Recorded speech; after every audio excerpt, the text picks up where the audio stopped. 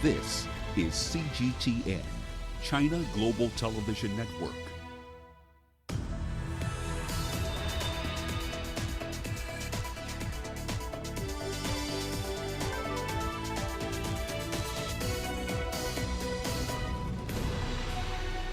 This is Global Business. Hello and welcome to the show. I am Peninah Karibe, and as always, we begin with a look at the markets. The GSE pushed higher in broad-based gains lifted by optimism about a viable COVID-19 vaccine in coming months. Drug maker Pfizer may submit its vaccine for regulatory review in October. That news helps lift sentiment, which has been buffeted by concern about the effect of the pandemic on economic activity. In Europe, a steep rise in jobless claims on Thursday and Federal Reserve minutes on Wednesday suggested the economy was beginning to stall a little bit, and that sentiment reflected in the FTSE 100. Coming up on the show tonight, South Africa's economy is projected to shrink by at least 8% this year. Coronavirus spending pushes UK debt to $2.6 trillion. And low data and cheap smartphones boost internet usage in Tanzania. We start off the bulletin tonight in South Africa. The country's economic recovery is on a negative trajectory, largely caused by business closures and job losses amid the coronavirus pandemic. According to a Bloomberg survey, Africa's most industrialized economy will probably shrink by 8% this year compared to the 7.5% contraction projected a month ago. Slow reforms and the return of rolling power cuts also threaten the recovery of an economy that is already in its third quarter of a recession. The government-imposed lockdown has also caused manufacturing production, mining output and retail sales to plunge in the 3 months through June. All right, let's discuss this further with Angelo Coppola. He's live for us in Johannesburg. An 8% contraction, Angelo, not a very good projection for an economy that was already in its third quarter of recession by March. What sectors are likely to suffer the most from this contraction? Well, it's probably going to be the tourism and hospitality sectors that will feel the pain first and the most. That's because international tourism accounts for around 65% of all tourism revenues in South Africa. And with airports and borders being closed to foreigners right now, that's become, or that income has kind of completely dried up. These sectors have been shuttered for at least 5 months now, and those properties are only now considering reopening. But for the high-end locations dependent on that foreign currency tourist, they're going to have no clue as to when they can actually travel, when those airports are going to open and when those borders will be open as well. So we're not sure when the tourists are going to be feeling confident enough, in fact, to travel to South Africa. So it's going to be a while. It'll be months, in fact, before any meaningful flows occur. Of course, tourism is also the biggest employment generator that we have in South Africa at the moment. The manufacturing sector, of course, is also an issue there, the international travel. Okay. As I was saying, the demand is sluggish there on the manufacturing sector, and that's despite the challenges that are happening locally, where the load shedding we've had has come back again, and that's going to affect us for the foreseeable future, in fact, until 2021, Peninah. All right, so Angelo, are there any plans by government to cushion those who've suffered joblessness so far? Well, look, government is caught between a rock and a hard place right now.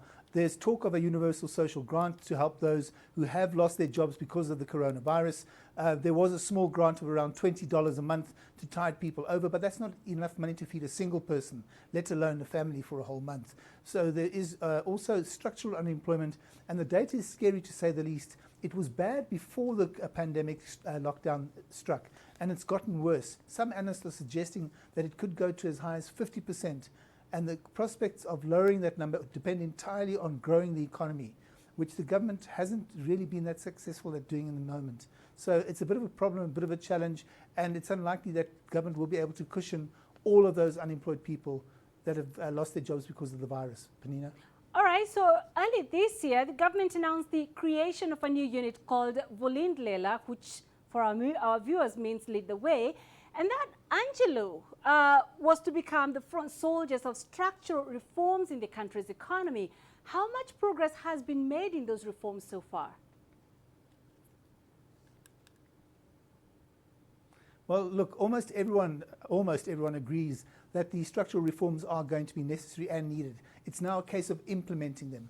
Some of those reforms include making it easier to do business in South Africa, that red tape reduction that we need to have done, tax incentives, tax breaks, labor costs, work permits, simple visa processes for business people. That's part of the solution.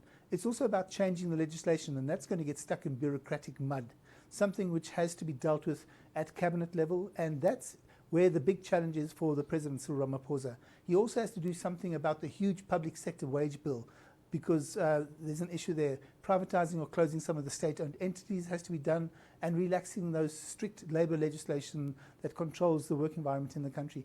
We haven't seen much, if any, movement on any of those fronts just yet. There's some natural attrition that's happening in the wage bill in the public sector. There are some SOEs that are getting support, like SAA, for example, who will get close to $600 million. So that doesn't sound like it's restructuring or closing that down. Denel, the arms dealer, may go to the wall as well, but they're not going to go without a fight. And then, of course, there's almost no chance that the labour movement are going to want to or agree to any kind of legislation in the labour sector getting relaxed. So we remain in what appears to be a bit of a holding pattern. Peninah?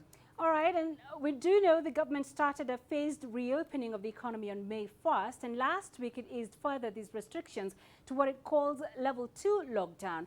So 3 months since this reopening started, Angela, are we seeing any positive impact on the economy?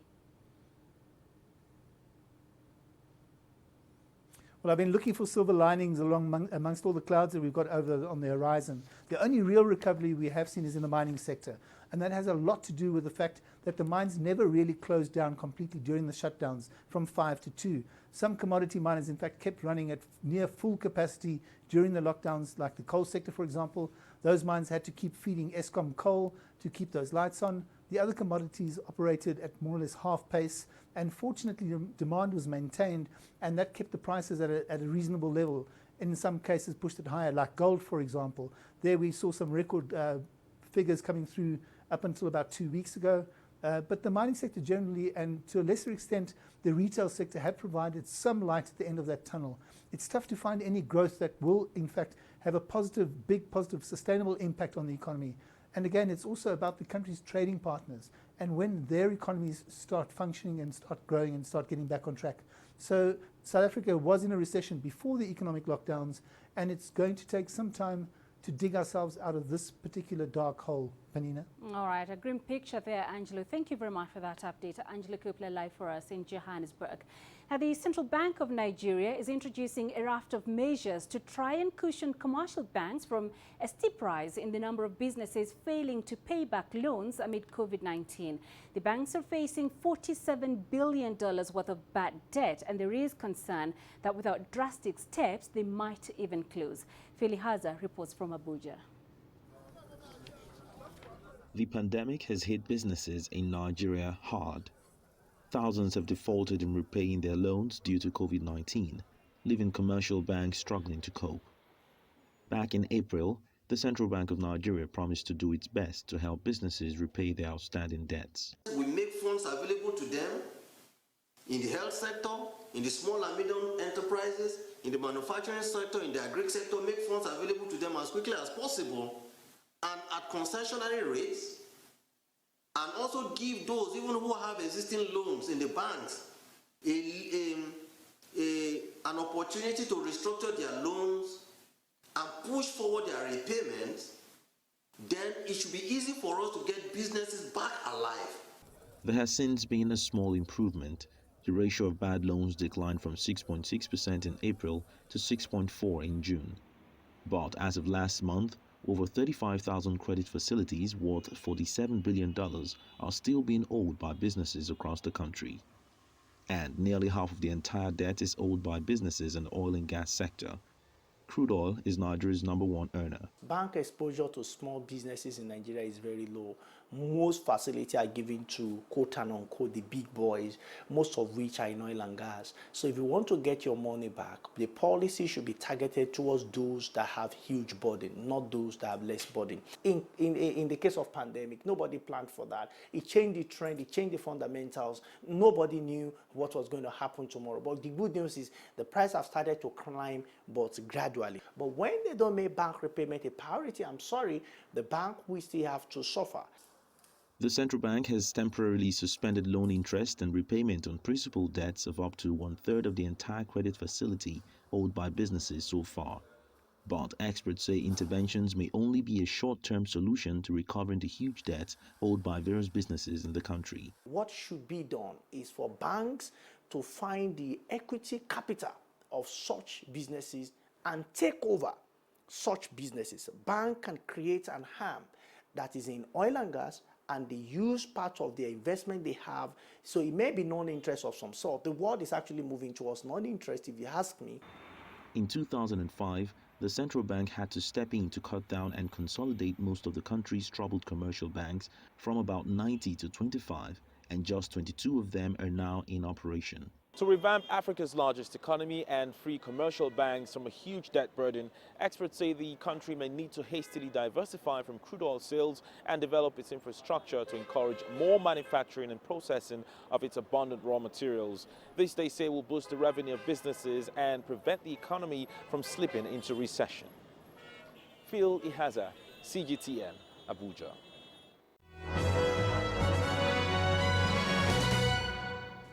In some corporate headlines, Uganda's Stanbic Bank has reported a 7.4% decline in half-year pre-tax profit.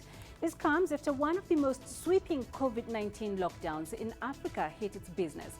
Profits dropped to $46 million in the 6 months to the end of June from $49.8 million for the same period last year. South Africa's Eskom has suspended scheduled power cuts after supply constraints had eased following the recovery of 3 generating units, and planned breakdowns currently stand at 8,750 megawatts out of Eskom's nominal capacity of 44,000 megawatts. As we mentioned earlier, Eskom struggles to power Africa's most industrialized nation are one of the main obstacles to economic growth. Still in South Africa, the government has blocked Anglo Gold Ashanti from exiting the country. The mining firm has been ordered to keep its primary listing in Johannesburg in order to conclude the sale of its last remaining local assets. The transfer of mining rights to Harmony Gold Mining is also conditional on Anglo Gold keeping its headquarters in the country. The government says it is trying to maintain some control of an industry that's been steadily declining. And Uber and Lyft have been granted a reprieve following a dispute over drivers' employment rights in California. The ride-hailing firms had threatened to suspend operations of an earlier ruling that they must classify drivers as employees and not contractors. The reprieve allows the 2 companies to continue with their operations while the court considers their case for appeal.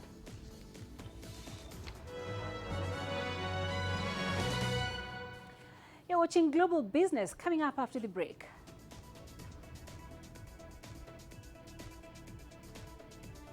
The Beirut explosion leads to an inspection at all ports in Egypt.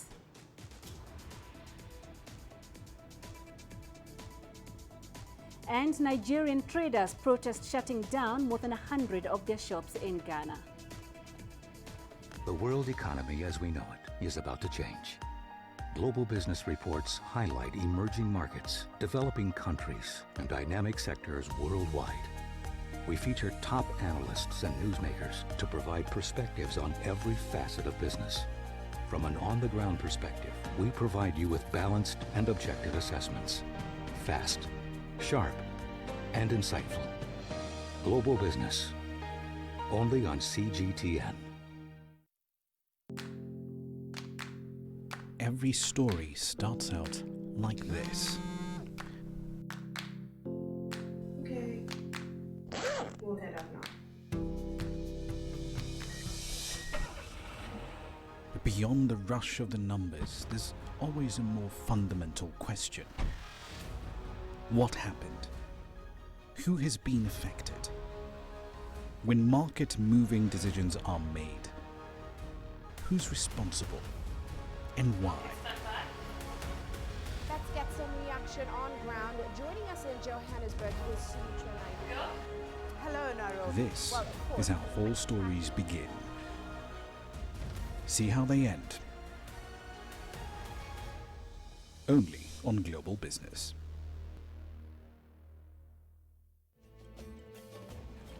There's more to this place than just glorious landscapes.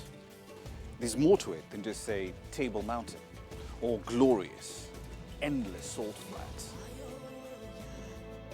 There's more to it than countries that are home to some of the deepest mines in the world. There is so much more to this place, even if it is home to some of the finest diamonds on the planet. It is the sheer diversity of the people who call Southern Africa home and the relentless drive to make it a better place that make it so special. And we know that because this too is home.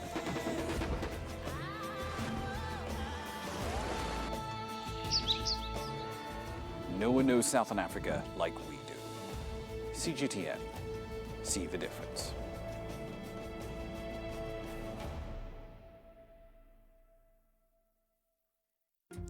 Africa is the nexus of enterprise, and Global Business will tell you why it matters. From the mega investment projects to multi-billion-dollar mergers and acquisitions. Africa today collects, just in terms of revenues for taxes alone, $545 billion a year. If you take 10% of that and you devote it to the energy sector, problem solved. All this on Global Business, weekdays at this time on CGTN.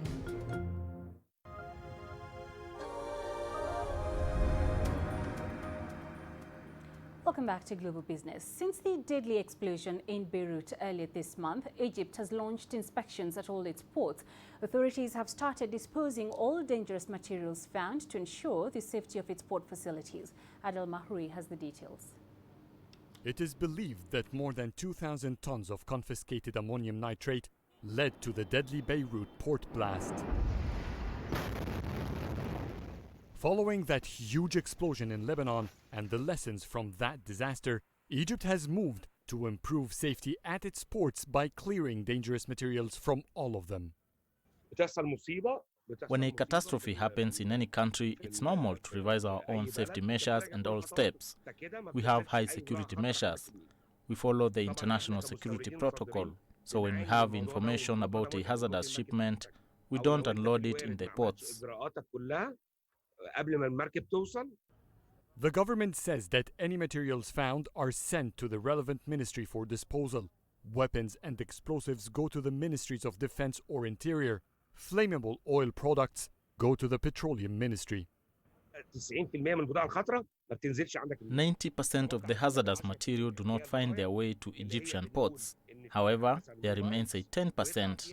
These are usually imported goods whose paperwork says they are something else. Instead, they are explosives or fireworks.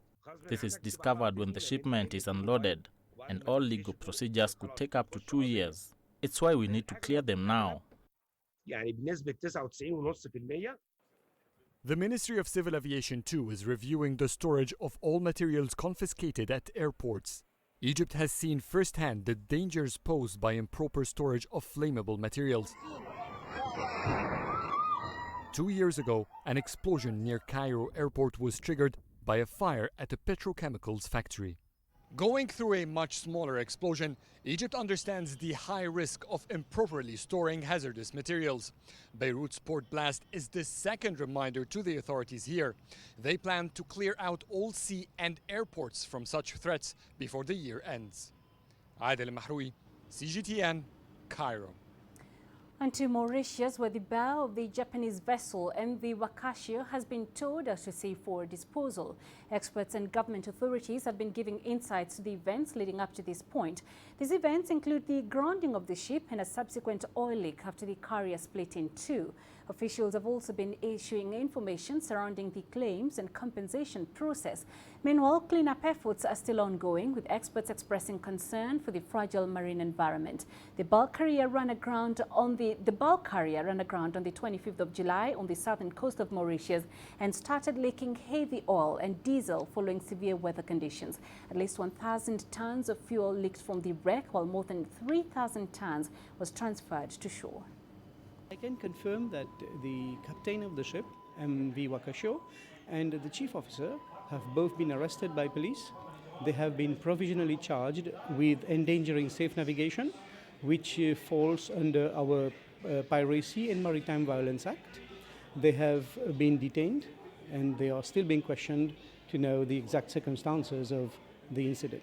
The other crew members, they are kept in a hotel and they are still being questioned in turn to get their versions of what happened really. We have set up a special investigating team at the level of the central CID. They are very, very experienced investigators, handpicked for this inquiry, for this investigation. Because we did it during the MV Benita. Some have got the experience when they did the inquiry at that point in time. Now we have handpicked, like I've said, very, very, very experienced investigators. And I can tell you up to now, the inquiry is progressing very well. Now, the aspect of claim compensation, this will be handled, like Mathieu has mentioned, at the level of the MOFET, Ministry of Finance. They've got a special desk. They're working on that so that this would be claimed up to Peninah Club, Japan. That's the insurers. There's a set procedures to be followed. All those resources that we are using, there are two aspects to it. The one aspect is the use of the resources. We are using a lot of government assets, for example, use of helicopters, ships, equipment, manpower, etc. There is a cost to it. And this is what we are going to claim to the insurers. This is the first part. And then there is damages to the environmental damages.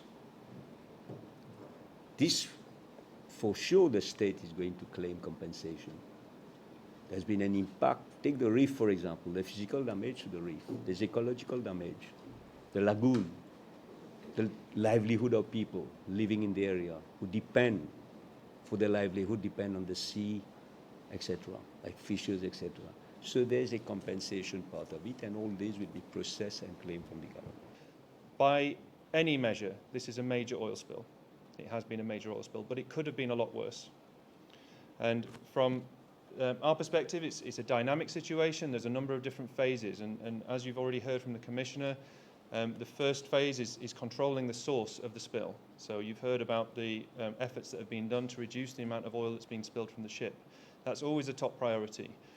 There's also activities that have been carried out on the water to recover oil on the water to ensure that it doesn't reach the shoreline.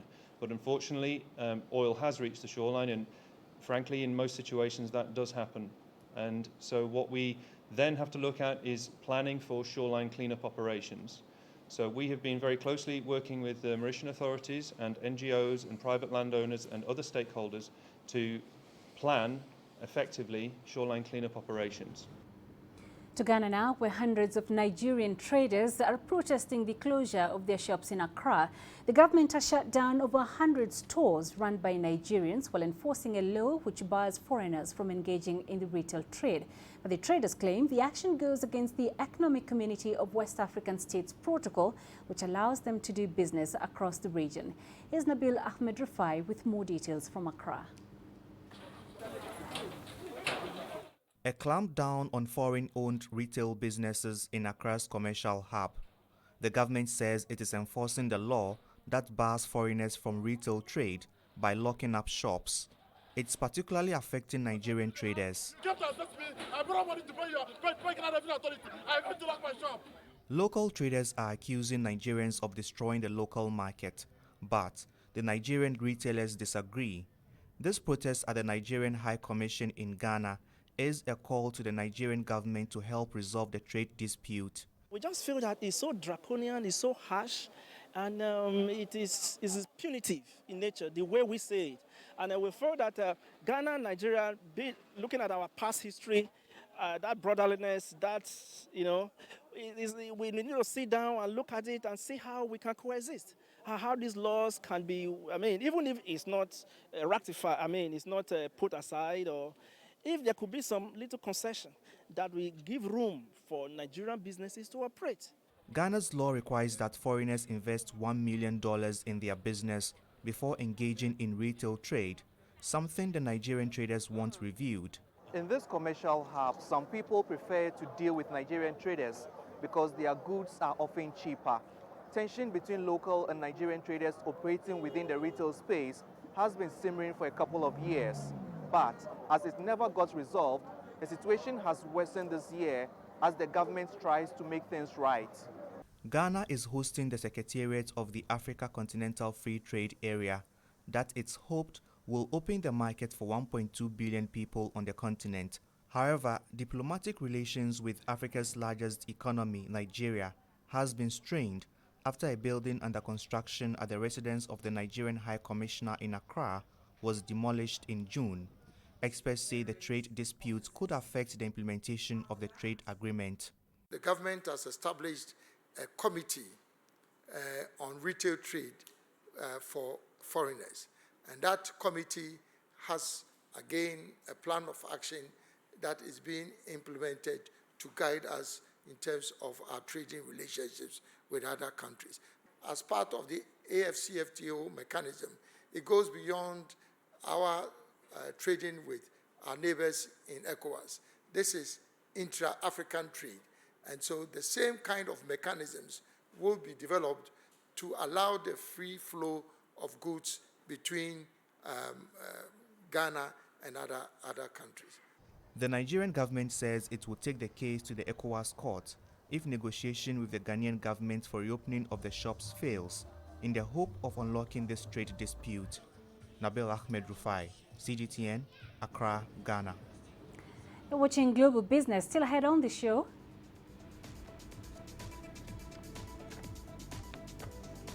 Coronavirus spending pushes UK debt to $2.6 trillion. And the Trump administration refuses to acknowledge any plans for future trade talks with China.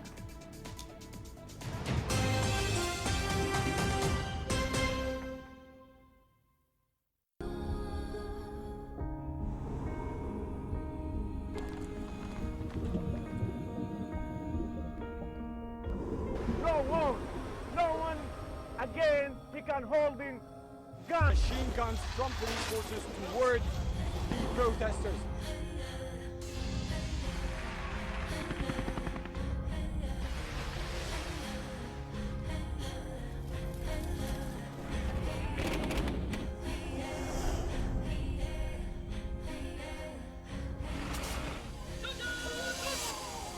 Were you worried about your life at that particular time? Not at all. What is your assessment of the state of the continent today? Africa has the potential to power itself. Excuse me.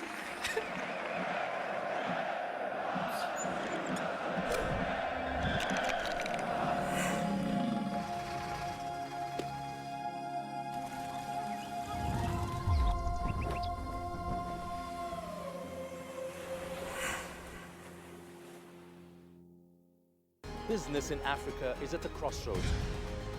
We celebrate those who are adopting and thriving despite the challenges, from grassroots to big businesses.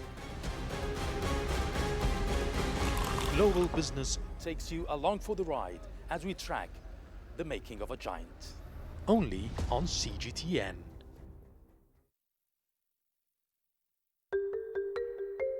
How will your world change today? What happens here? What happens there? Or what you make happen for yourself? If it matters to you, it matters to us too. Your stories are the stories that need to be told. Africa Live. Find your voice.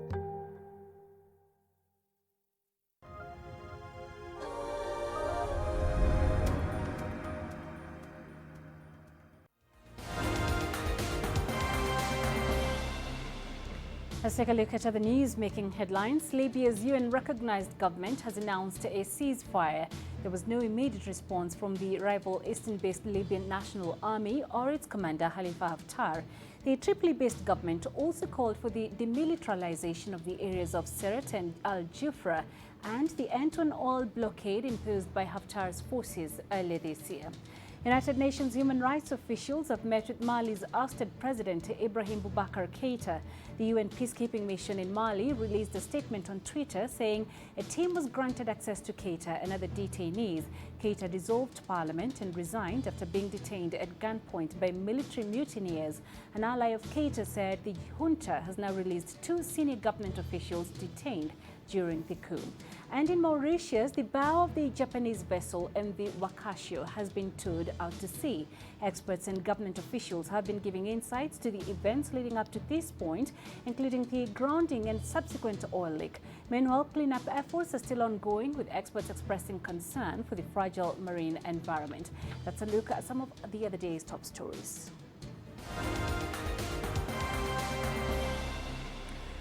And to the UK, the government's debt has ballooned to an estimated $2.6 trillion as the administration pushes for heavy spending to support the economy amid the coronavirus pandemic. Spending on measures such as the furlough scheme means the debt figure now equals the value of everything the UK produces in a year. The Office for National Statistics says the total debt is $299 billion more than last year. It is the first time debt has been above 100% of gross domestic product since the 1960-1961 financial year. Meanwhile, minorities in the U.S., including African and Hispanic Americans, are bearing the brunt of job losses during the pandemic. Many are unable to pay rent, where they're likely to make up a large proportion of the people facing eviction. Giles Gibson is in Miami, where he reports that some landlords are trying to push tenants out, despite the governor calling for a pause in the process. This Miami resident says her landlord threatened to cut off her electricity and water and sabotaged her air conditioning because she couldn't pay her rent after losing her job. Hello. Buenas tardes. We spoke to her over the phone as, for legal reasons, she didn't want to identify herself. I've never been through something like this in all my years in this country. I've been in this country for 30 years. I'm an American citizen. I've never been through anything like this. The economic downturn in the US has hit the Latino community harder than others, with unemployment rates soaring and many unable to pay their rent. US President Donald Trump issued an executive order this month aimed at minimizing evictions across the country, but there's skepticism about its effectiveness. Florida's Governor Ron DeSantis also brought in a moratorium on evictions earlier this year and has now extended it until the 1st of September. Advocates here in Miami, though, say his most recent executive order is flawed. First and foremost, it says that a landlord can file an eviction for non-payment of rent. However, they can't get the final action if the tenant can't pay because they're affected by COVID-19. Now, what's a final action? No one knows. That's not defined within the executive order. And it's not just Florida. Minorities are being disproportionately hit by the economic downturn all over the country. Researchers in California found that Black and Latino workers in their state are more than twice as likely to experience what they call rent-related hardships. Even before the pandemic, many of them were about one paycheck away from not being able to pay for shelter. And with the pandemic and the loss of income, that just pushes them over the edge. And they have to make decisions between, for example, paying the rent or paying for food. In Congress, Republicans and Democrats have so far failed to agree on a new coronavirus relief bill. In South Florida alone, advocates say they're expecting an avalanche of eviction orders if the governor doesn't renew the statewide pause in September. Giles Gibson for CGTN, Miami. And to the latest of the delayed China-US trade talks, the Trump administration has reportedly declined to acknowledge any plans for future negotiations with China, despite Beijing saying otherwise. Guangzhou has more. Uncertainty looms over China-US trade talks as the two sides send contradicting messages on what lies ahead. Beijing first said negotiations would be held in the coming days, claims the Trump administration later denied. A video conference was originally envisioned for last weekend, 6 months after Phase 1 of their trade deal was put into practice. Earlier this week, Trump said it was his decision to call it off. I postponed them. I postponed talks with China. You know why? I don't want to deal with them now. Still, White House economic advisor Larry Kudlow said Trump administration remains engaged with Beijing over the Phase 1 deal, and that Robert Lighthizer, the current U.S. trade representative, said he was pleased with progress. Meanwhile, Trump later used China as a means to attack his Democratic rival in the race for the White House. He said Joe Biden was too weak in this area and that he saw this as a threat to the U.S. Earlier, the Chinese ambassador to the U.S. distanced himself and China from November's election. During a keynote speech at Brookings Institution online forum, Cui Tiankai said the situation was beyond China's prediction or influence, and that China had no intention or interest in getting involved. Guan Chao, CGTN. People in China are getting on shared bicycles as the coronavirus pandemic recedes, with many still cautious about public transportation. It's a different market than just a few years ago, however, as Zhang Xishuan now reports.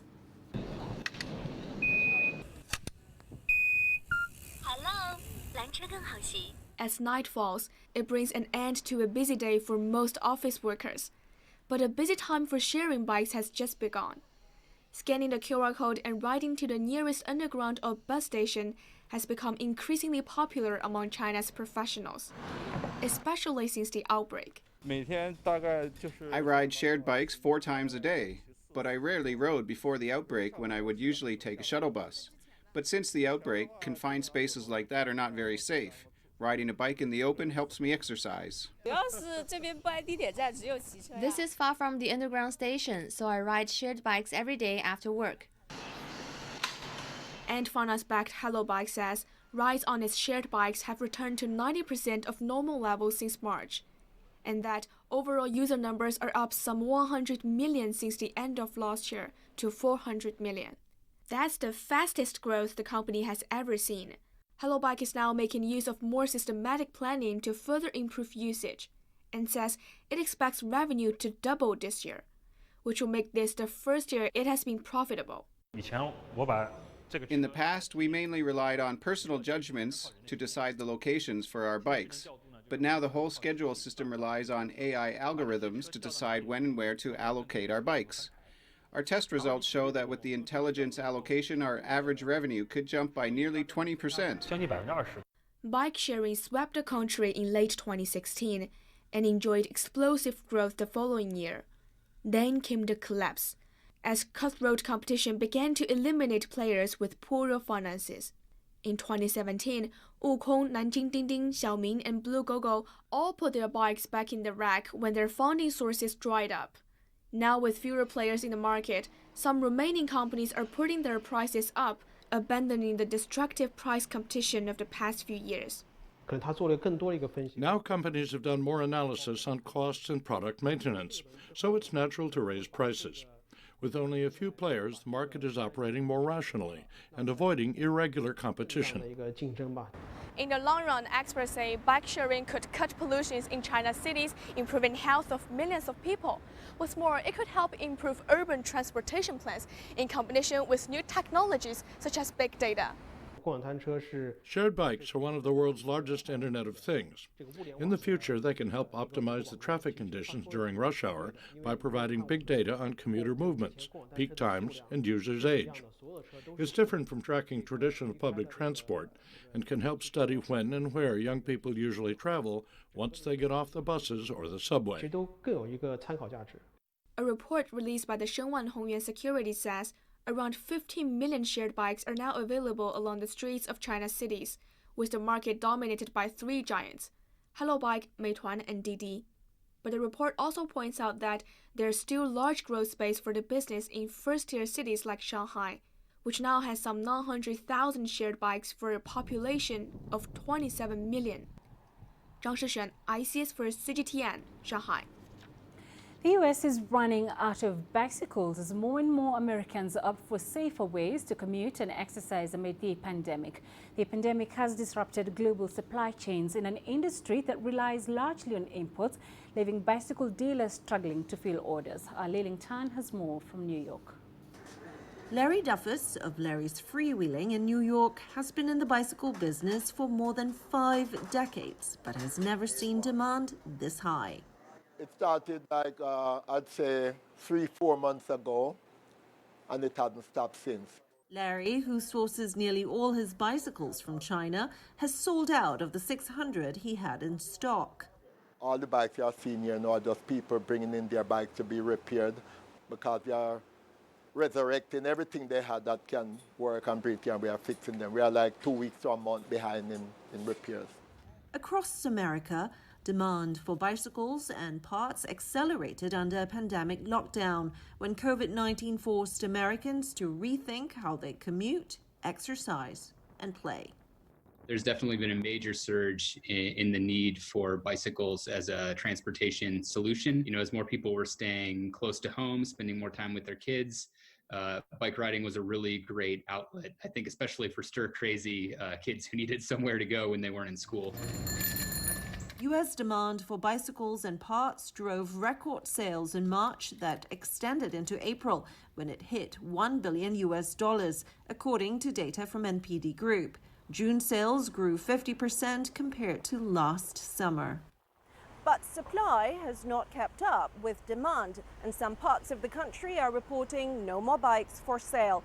The reason is that the bulk of bicycles and bicycle parts sold in the U.S. are imported from Asia, especially China, and the pandemic has severely disrupted that supply chain.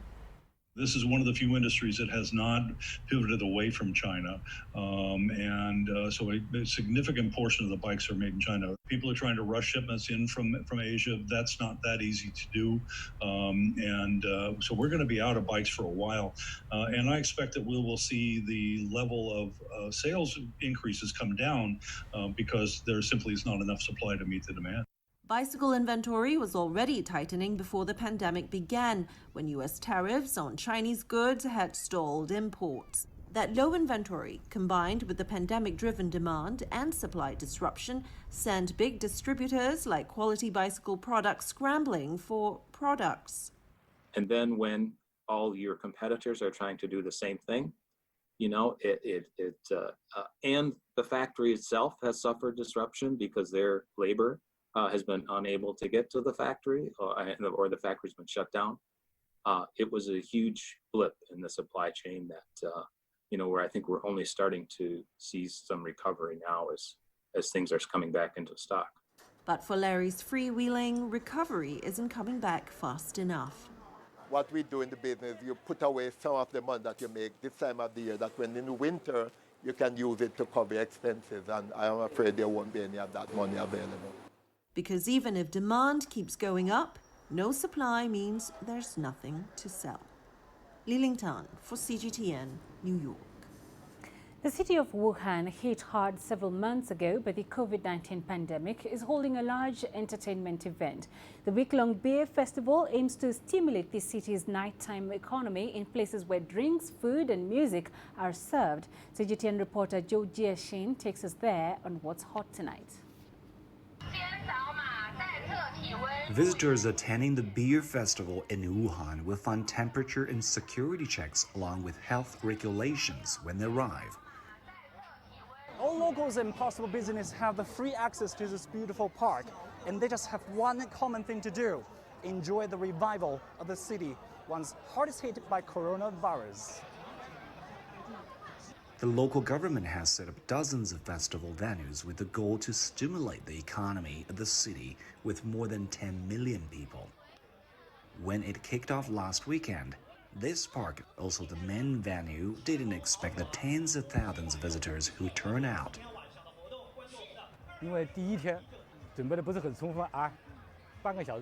We didn't have enough on the first day, as many places serving beer and food were sold out within just half an hour. So we doubled it the next day, but all of it went quickly again. Many wondered if a mass gathering could be done safely. Officials say they conduct a daily disinfection before the event. Health workers are monitoring the crowd. No local cases have been reported for months.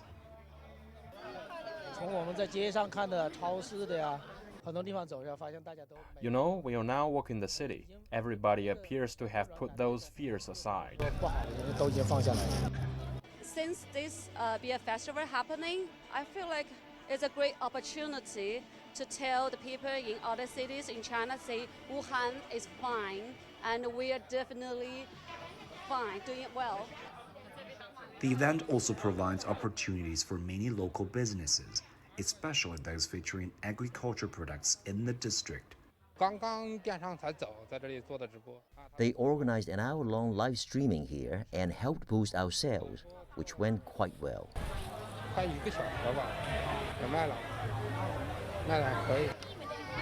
Some stalls are making more than $1,000 a day. Many expect the success of this event will generate more large gatherings in the future. Zhou Jiaxing, CGTN, Wuhan.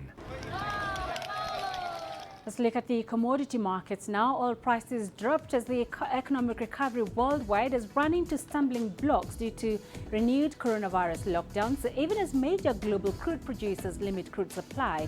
The Eurozone's economic recovery from its deepest downturn on record has stalled this month as the pent-up demand unleashed by the easing of lockdowns in July has dwindled. Still ahead on global business.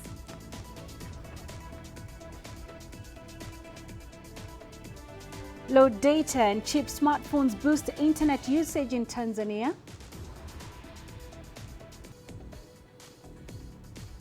And the show must go on as COVID-19 restrictions ease in the DRC. Images may appear to be identical, but looks can be deceiving. The difference is not always obvious. It has to be discovered. There are always different sides to a story. We put the focus on the details. To see more, to understand better. CGTN. See the difference. The greatest journeys. The greatest sights. The greatest adventures. Here in Peninah, this weir allows the locals to walk on water. We're far more than just TV news. We're your passport to the wonders of Africa. To bring you stories of struggle, survival and hope.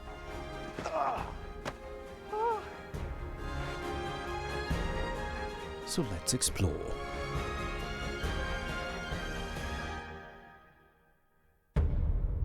CGTN. See the difference. You don't find the stories of North Africa by sitting on the sidelines.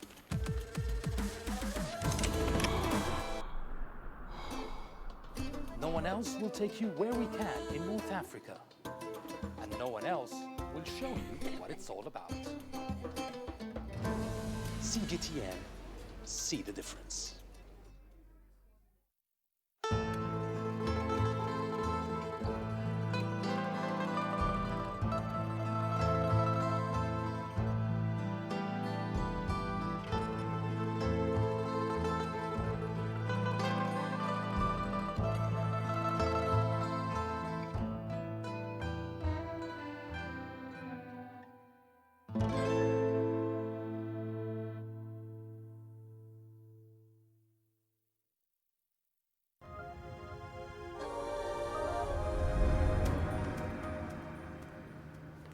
Welcome back. Tanzania is now ranked as one of the topmost countries in Africa with the highest number of internet users. The latest data shows there are more than 26.8 million internet users in the country. The increase has been triggered by the country's low data charges as well as the availability of cheap smartphones. Here's Daniel Kijo with more details. Whether you want to get entertained, stay in touch, or make business transactions, powered by the internet, the mobile phone has become the tool to do so and more. The Tanzania's communications regulator has reported nearly 27 million internet users in the country, with mobile internet penetration, such as the use of smartphones to access internet, reaching over 40% of the population. Fintech expert Imani Alfeo says stiff competition between telcos and affordable technology is driving this spike in smartphone use. Towards the end of 2019, all the telcos introduced the Smart Tochi range of phones, which clearly would have formed the first entry for low-income earners to experience the internet. Tanzania is one of the top 5 countries in Africa for social media use, according to the World Bank, with Instagram being the most used app. But it's not just for socializing. Digital payment solutions like M-Pesa have revolutionized mobile finance and digital commerce solutions. The introduction of cheaper smartphones combined with a young population is propelling data usage further. But experts say what is needed now is to convert that usage into opportunities that can be commercialized. Some Tanzanians are already taking advantage of this new digital lifestyle. I use the internet for my business to post my products and I get customers. I put a bundle and get to work.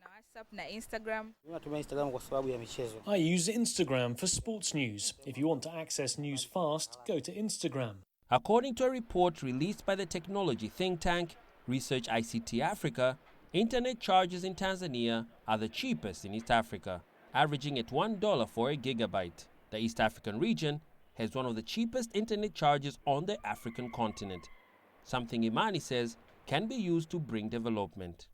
It's all about how we innovate along the digital economy. At the same time, how do we harness this and engage regulators also, so that it's also, whatever we're doing is also legal. And once there's a framework for that, we can actually directly, attribute some of this work that's been done online or through whatever channels into the benefit of the country.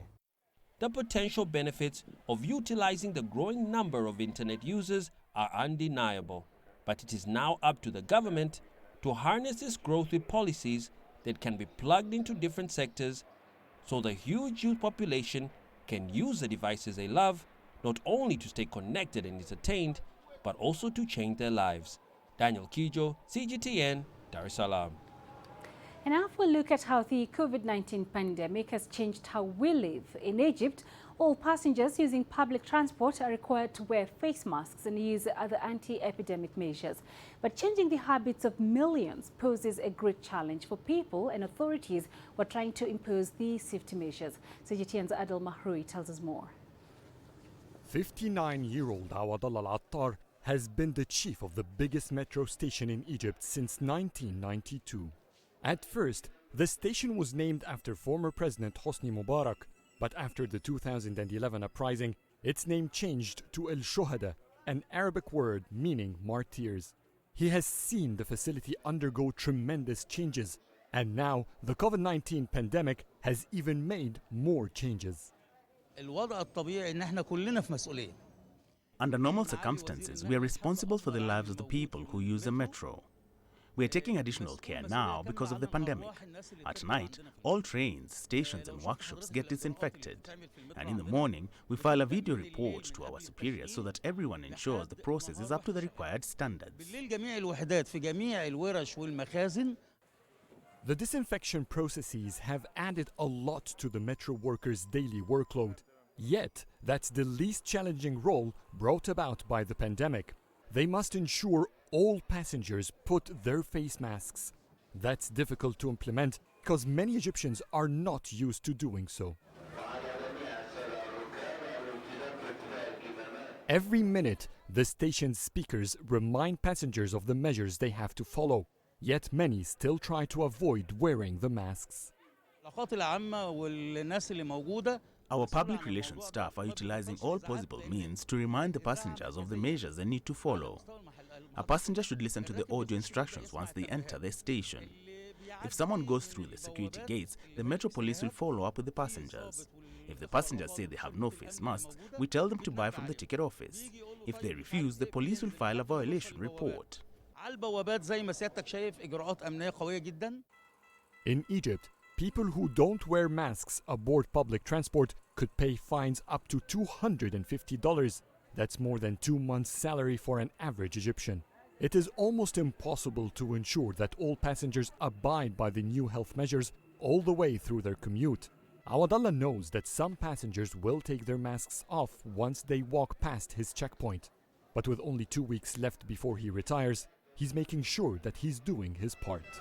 Up to 3 million passengers could cluster daily in the trains of the underground and stations. That poses great risk for Egypt under the COVID-19 pandemic. That's why the safety of this mean of transportation could greatly reflect on the health safety of the entire country. Adil Mahroui, CGTN, Cairo. Meanwhile, musicians in the DRC have resumed performances in the capital Kinshasa after authorities eased COVID-19 restrictions. One of the country's popular music bands, TPOK Jazz, has been rehearsing ahead of a major concert this month. Chris Ochamringa reports. I'm at a renowned entertainment venue in Kinshasa known as 1, 2, 3 or 1, 2, 3. This is the home of a popular Congolese rumba band, TPOK Jazz.